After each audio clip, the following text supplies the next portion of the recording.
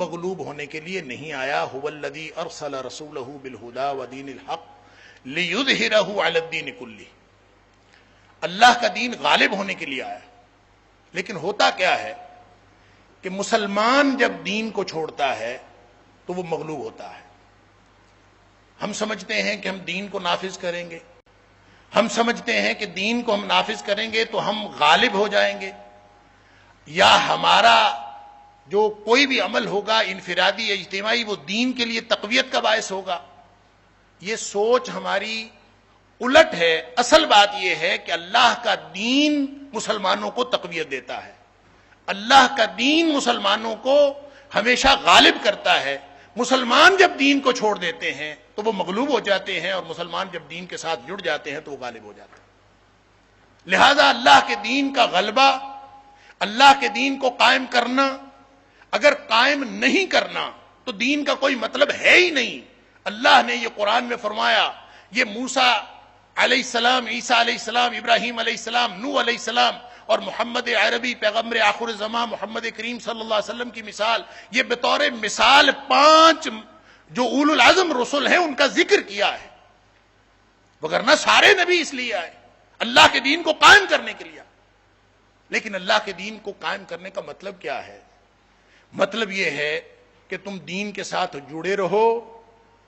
اللہ تعالیٰ فرماتا ہے کہ ان ینصرکم اللہ فلا غالب لکم, اگر اللہ تمہاری مدد کر رہا ہو, فلا غالب لکم, تم کبھی مغلوب نہیں ہو سکتے. وَإِن يَخْذُلْكُمْ, اور اگر اللہ ہی تمہیں چھوڑ جائے, فَمَنْ ذَا الَّذِي يَنْصُرُكُمْ مِنْ بَعْدِهِ, پھر دنیا کائنات میں تم پھرتے رہو, کبھی تمہیں کوئی مددگار نہیں ملے گا. وَعَلَى اللَّهِ فَلْيَتَوَكَّلِ الْمُؤْمِنُونَ, اگر ایمان ہے تو پھر تمہیں توکل اور بھروسہ اللہ پر کرنا پڑے گا. لہذا میں اور آپ, ہم سب مسلمان, چاہے وہ حکمران ہو چاہے وہ محکوم ہو, یہ بات ذہن سے نکال دیجئے کہ دین نافذ کرنا, دین قائم کرنا صرف حکمرانوں کا کام ہے یا با اختیار طبقے کا کام ہے. میں اور آپ اگر مسلمان ہیں تو اسلام نام ہی دین کو قائم کرنے کا ہے. وہ جو اقبال نے کہا تھا, یہ شہادت گہے الفت میں قدم رکھنا ہے. لوگ آسان سمجھتے ہیں مسلمان ہونا, اگر ہم اسلام کو چھوڑ دیں گے, اسلام اپنے اس غالب حیثیت میں قائم ہے.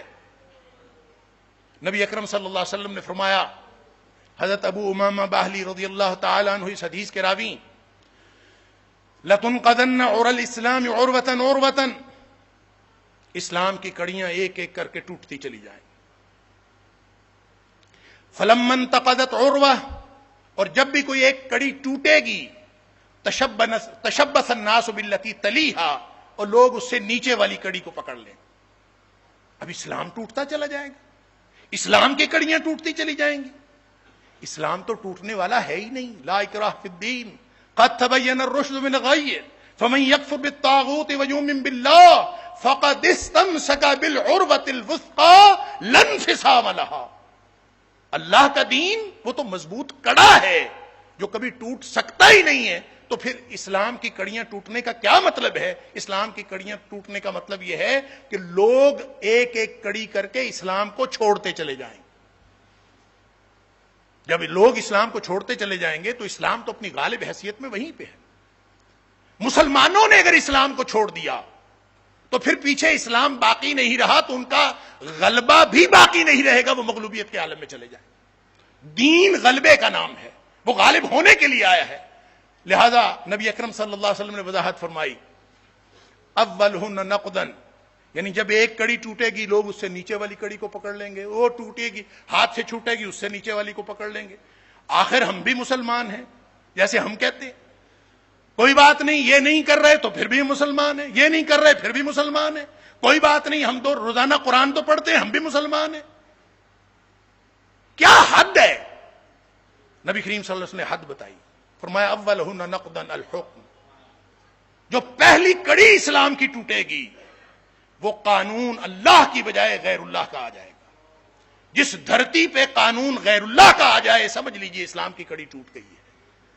تو ظاہر ہے جہاں اسلام نہیں ہوتا وہاں کیا ہوتا ہے؟ جہاں اسلام نہیں ہوتا وہاں کفر ہوتا ہے. لہذا جتنا آپ اسلام سے دور ہوتے جاؤ گے اتنی اس کی جگہ کفر لیتا جائے گا. تو یہ کیسے ممکن ہے کہ جہاں چاہے وہ اسلامی جمہوریہ پاکستان ہو، چاہے وہ سعودی عرب ہو، چاہے وہ ایران ہو، چاہے وہ افغانستان ہو، وہ دنیا کا کوئی ملک ہو، یہ کیسے ممکن ہے کہ وہاں اسلام کی جگہ کفر نے لی ہوئی ہو اور اسلام مسلمانوں کو پھر غلبہ ہو جائے؟ یہ ممکن کیسے؟ لہذا سن لیجئے، اولہن نقضا الحکم، جب قانون غیر اللہ کا آ گیا تو اسلام کی کڑیاں ٹوٹنی شروع ہو گئیں. وآخرہن، ٹوٹتے ٹوٹتے ٹوٹتے ٹوٹتے ہم کہاں آ کے رکے؟ فرمایا وآخرہن نقضا، اولہن نقضا الحکم وآخرہن الصلاۃ. آخری باٹم لائن، دین کی آخری کڑی وہ 5 وقتہ نماز ہے. اگر 5 وقت، ہمارے تصورات کیسے ہیں؟ جو 5 وقت آج کل نماز پڑھتا ہے ہم اس کو بہترین مسلمان کہتے ہیں، حالانکہ نبی اکرم صلی اللہ علیہ وسلم کی ہوئی ڈیفینیشن کے مطابق وہ ادنا ترین مسلمان ہے. اگر اس سے نیچے چلا گیا تو وہ تو مسلمان ہی نہیں ہے.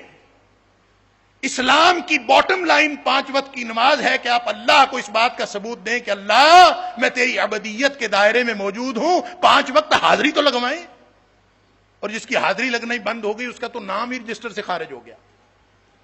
لہذا دین کیا ہے؟ وہ نماز سے اوپر اللہ کا قانون پوری سرزمین پر نافذ کر دینے کا نام دین ہے. نماز سے لے کر پوری دھرتی پر اللہ کا قانون نافذ کر دینے کا نام دین ہے. اب آپ یہ بتائیے کس کے ذمے ہے؟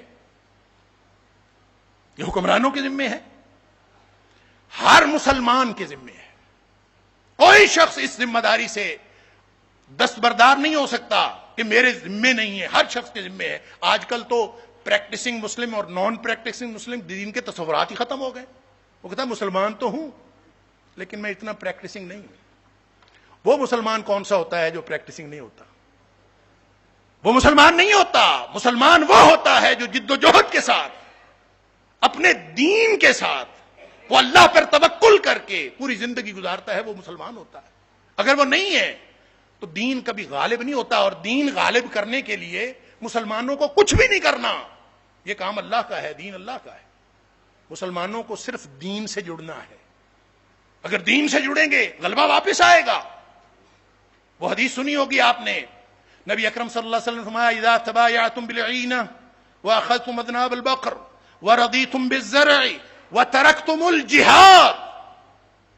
جب تمہارے حالات ایسے ہو جائیں نا، بے اینہ کیا ہوتی ہے اس کی تفصیلات سے قطع نظر، تم اپنے اپنے کاروبار میں الجھ جاؤ اور تم نے اپنی اپنی کاشتکاری اور اپنا جو فصل اور جھاڑ اور زمیندارہ ہے اسی پہ خوش ہو جاؤ.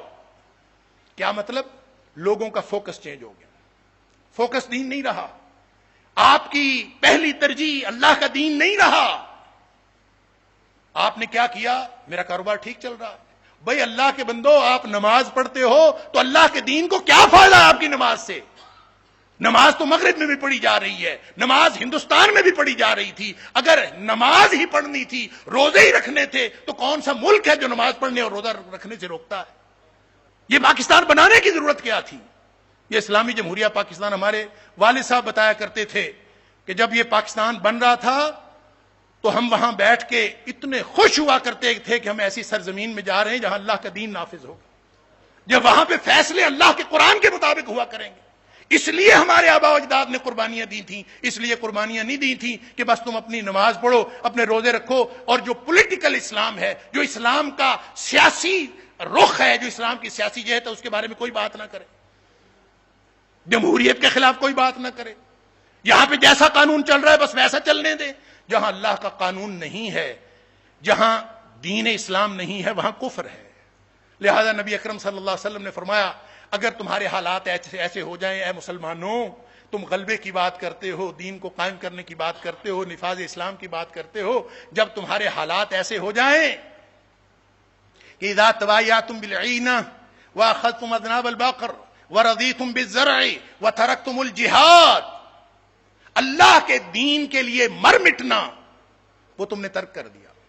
کسی کا یہ مطمع نظر ہے اب اللہ کے دین کو قائم کرنا؟ یہ کسی کا مطمع نظر نہیں. ابھی بات کر رہے تھے اور یہ سب اللہ اکبر طالبان کی، آپ کو معلوم ہے کہ وہ ملا محمد عمر کا بیان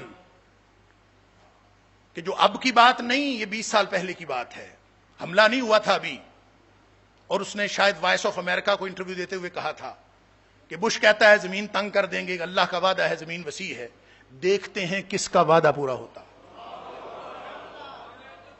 اور آپ کو معلوم ہے کہ اللہ کی یہ سنت ہی نہیں ہے کہ جو اللہ پر توکل کر کے کوئی پالیسی اختیار کرے تو اللہ تعالیٰ اس کو مغلوب کر دے، یہ اللہ کی پالیسی نہیں ہے، اللہ کی سنت ہی نہیں ہے۔ مسلم شریف کی حدیث ہے، رب اشعث اغبر مدفوع بالابواب، کتنے ہی پراگندہ حال، پراگندہ بال، دروازوں سے دھتکارے ہوئے، نگلیکٹڈ کلاس کے لوگ، ساری دنیا نے دھتکارا، لو اقسم علی اللہ لابرہ، اگر وہ اللہ پر قسم دے دے اللہ ان کی قسم پوری کر دے۔ اور ہم نے یہ قسم پوری ہوتی اپنے آنکھوں سے دیکھی، اور محض 20 سال کے اندر، بلکہ 19 سال کے اندر ہم نے یہ قسم اپنی آنکھوں سے پوری ہوتی دیکھی۔ ابھی بھی مسلمانوں کو یقین نہیں آیا کہ غلبہ کیسے ہوتا ہے، ابھی بھی مسلمانوں کو یقین نہیں آیا کہ اللہ کا دین ہم سے تقاضا کیا کرتا ہے۔ اللہ کا دین نمازوں کا تقاضا نہیں کرتا، نماز آپ نے اپنے لیے پڑھنی ہے تاکہ اللہ کے ہاں غلاموں کی حاضری رہے۔ دین آپ نے قائم کرنا ہے، اگر آپ نے غلبہ حاصل کرنا ہے تو دین قائم کرنا حکمرانوں کا کام اپنا ہے، محکوموں کا کام اپنا ہے، ہر بندہ اس میں ذمہ دار ہے، صرف عمران خان، صرف یہاں کی فوج، یہاں کی اسٹیبلشمنٹ وہ ذمہ دار نہیں ہے، ہم سب ذمہ دار ہیں۔ لیکن ہم نے چھوڑ دیا، کس کا فوکس اللہ کے دین کے لیے مر مٹنا ہے، جہاد کو قتال کے معنوں میں لیں، کوئی دوسری بات نہیں ہے، اللہ کے دین کے لیے مر مٹنا کس کی ترجیح ہے؟ اگر یہ ترجیح نہیں ہے تو اللہ کے رسول صلی اللہ علیہ وسلم نے فرمایا جب تمہارے حالات یہ ہو جائیں نا، سلط اللہ علیکم ذلا، اللہ تمہارے اوپر ذلت و رسوائی مسلط کر دے گا۔ کون مسلط کرے گا؟ سبحان اللہ۔ کیوں؟ دین اس کا آیا غلبے کے لیے، تم نے اللہ کا دین چھوڑ دیا، تم نے اپنا فوکس چینج کر لیا، تم نے اپنی ترجیح بدل لی، تو ٹھیک ہے پھر بھگتو، سلط اللہ علیکم ذلا۔ تو کیا پھر اب واپسی کا کوئی راستہ؟ فرمایا لا ينزعہ، جس نے مسلط کی ہے نا وہی واپس کرے گا تو ہوگی نا، یہ دنیا کے، یہ اپنی معیشت بہتر کرنے سے نہیں ہوگی، یہ دنیا کے ساتھ سفارتی تعلقات بہتر کرنے سے اسلام نافذ نہیں ہوگا، یہ ذلتیں اور رسوائیاں ختم نہیں ہوں گی۔ یہ ختم کیسے ہوں گی؟ فرمایا لا ينزعہ، جس نے مسلط کی ہے نا اس نے واپس نہیں ہٹانی، حتی ترجعوا الی دینکم، جب تک تم سب دین کو پہلی ترجیح نہیں بناؤ گے۔ اس میں کس کو کہا ہے؟ عمران خان کو، وزیر اعظم کو، حکومت کو؟ نہیں، قوم، حتی ترجعوا الی دینکم۔ ہر شخص جو یہاں بیٹھا ہے وہ بھی، اور ہر شخص جو اپنے آپ کو مسلمان کہتا ہے وہ بھی ذمہ دار ہے، میں بھی ذمہ دار ہوں، ہم سب ذمہ دار ہیں۔ کیا ہم نے دین کو ترجیح بنایا ہوا ہے؟ اب اپنے اپنے گریبان میں جھانک کے دیکھیں، سن لیجئے قرآن کا فلسفہ تاریخ یہ ہے کہ قوموں کی زندگی میں جب یہ حالات آتے ہیں ذلت و رسوائی والے، تو قرآن اس کا بیان یوں کرتا ہے، وَكُنْتُمْ عَلَى شَفَا حُفْرَةٍ مِّنَ النَّارِ، تم آگ کے گڑھے کے کنارے پہنچ چکے تھے، اب یا ادھر گرے یا ادھر، یا واپسی یا تباہی۔ اور قرآن کا فلسفہ تاریخ یہی ہے کہ ان دو میں سے ایک نتیجہ نکلتا ہے، یا قومیں تباہ و برباد ہو جاتی ہیں، اس کی جگہ اللہ تعالیٰ نئی قوم لے آتا ہے، یا پھر واپسی ہو جاتی ہے۔ واپسی کیسے ہوئی؟ نبی اکرم صلی اللہ علیہ وسلم مبعوث فرما دیے، دین قائم ہوتا ہے، نبی آتا ہے تو دین قائم ہوتا ہے۔ اب نبی اکرم صلی اللہ علیہ وسلم اس دنیا سے تشریف لے گئے، اب اگر واپسی کا کوئی راستہ ہے تو نبوت تو ختم ہو گئی۔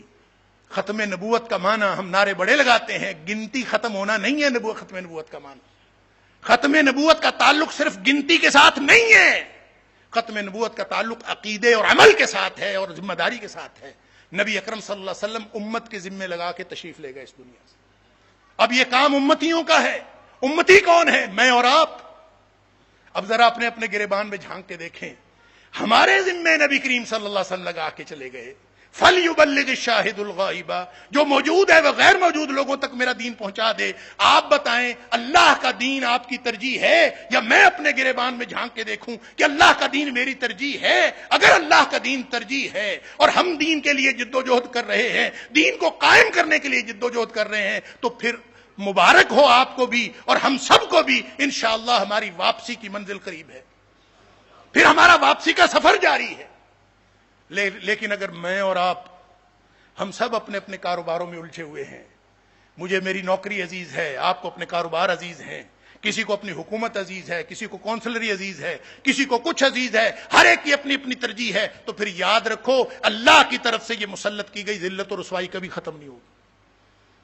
لہذا آج ابھی یہ کوئی لمبی چوڑی بات نہیں ہے، کیسے نافذ ہوگا؟ آج اور ابھی دین کے نفاذ کا اعلان ہو سکتا ہے اگر میں اور آپ دین کو پہلی ترجیح بنا لیں۔ اللہ کا کرم یہ ہے کہ اللہ نے منزل مقصود پہ پہنچنا ہمارے ذمے نہیں رکھا، ہمارے ذمے صرف کوشش کرنا رکھا ہے۔ وَلَيْسَ لِلْإِنسَانِ إِلَّا مَا سَعَىٰ، دین نافذ ہوگا کہ نہیں یہ ہمارے ذمے نہیں ہے، یہ اس کا کام ہے۔ طالبان اگر 41 یا 48 لوگوں کے ساتھ جد و جہد کا آغاز کرتے ہیں تو ان کے سامنے منزل تھی؟ نہیں، منزل نہیں تھی۔ اللہ پر یقین تھا کہ ہم شہید ہو جائیں، ہم مارے جائیں۔ ایمان کا تقاضا یہ ہے کہ ہم اپنے آپ کو خاطر جمع رکھیے۔ یہ جو حالات بن رہے ہیں، یہ طالبان تو ایک نقطہ آغاز ہے۔ یہ جو حالات بن رہے ہیں، نبی اکرم صلی اللہ علیہ وسلم کی حدیث کو دیکھیں تو لگتا یوں ہے کہ اب کی بات ہے یا 10 سال کی یا 5 سال کی، کب ہوگا کب نہیں ہوگا۔ حالات امام مہدی کے بن رہے ہیں، اور وہ اصل امتحان ہونا ہے، وہ خوشی کی بات نہیں ہے، وہ آزمائش کی گھڑی ہے۔ اور امام مہدی نے جب بیعت لینی ہے نا تو اس نے جہاد پر بیعت لینی ہے، جس کا معنی قتال ہے۔ جہاد کی وہ آخری کڑی قتال پر بیعت لینی ہے۔ اور نبی اکرم صلی اللہ علیہ وسلم نے فرمایا جب امام مہدی آئیں گے نا تو لوگ 3 حصوں میں مسلمان 3 حصوں میں تقسیم ہو جائیں گے۔ ایک حصہ وہ جنہوں نے امام مہدی کو تسلیم ہی نہیں کرنا، انا للہ و انا الیہ راجعون، ٹھنڈے کمروں میں بیٹھنے والے اور پرسکون زندگی گزارنے والے، وہ جہاد پر بیعت کر کے کیسے تسلیم کریں گے؟ قتال پر بیعت کرنی ہے، وہ ان کے پاس 1000 دلیلیں ہوں گی، جیسے آج ہمارے پاس طالبان کے خلاف 1000 دلیلیں موجود ہیں۔ لہذا جہاد اور قتال پر بیعت ہوگی۔ نبی اکرم صلی اللہ علیہ وسلم نے فرمایا ایک حصہ تو جس نے بیعت ہی نہیں کرنی، انہوں نے ماننا ہی نہیں، فرمایا ان کے دل میں رتی بھر ایمان نہیں ہوگا۔ لہذا یہ تو ویسے ہی گئے، نام کے مسلمان ہیں۔ باقی جو 2 حصے رہ گئے، فرمایا ان میں سے آدھے یعنی تیسرا حصہ ٹوٹل میں سے وہ شہید ہو جائے گا اس جد و جہد کے اندر، اس قتال کے اندر، اور فرمایا وہ روئے زمین کے بہترین شہید ہوں گے، اور جو بچ جائیں گے ان کے ذریعے اسلام کا غلبہ ہوگا، اور ان کے ایمان کی سطح یہ ہوگی کہ نبی اکرم صلی اللہ علیہ وسلم فرمایا ان کے ایمان کو پھر کوئی آزمائش اس کے بعد کوئی نقصان نہیں پہنچا سکے گی۔ تو میرے بھائیوں اور بزرگوں، آج موقع اس آزمائش کے لیے اپنے آپ کو تیار کرنے کا ہے۔ میں اور آپ اپنے آپ کو، اپنے ایمان کو، وَأَنْتُمُ الْأَعْلَوْنَ إِن كُنتُم مُؤْمِنِينَ، ہم نے مر جانا ہے، راستے میں موت آ جانی ہے، یا شہادت ہمارے قسمت اور نصیب میں لکھی ہے، کیا ہونا ہے کیا نہیں ہونا یہ سب اللہ کے ہاتھ میں ہے۔ صرف ہمارے ذمہ یہ ہے کہ میں اور آپ اسی وقت ہر لمحے ہم اللہ کے دین کو اپنی زندگی کی پہلی ترجیح بناتے ہیں کہ نہیں۔ اگر آج ہم اللہ کے دین کو اپنی پہلی ترجیح بنا لیں تو انشاءاللہ غلبہ دین کا آغاز آج سے شروع ہو جائے گا۔ اللہ تعالیٰ مجھے اور آپ کو ہم سب کو توفیق عطا فرمائے۔ وآخر دعوانا الحمدللہ رب العالمین۔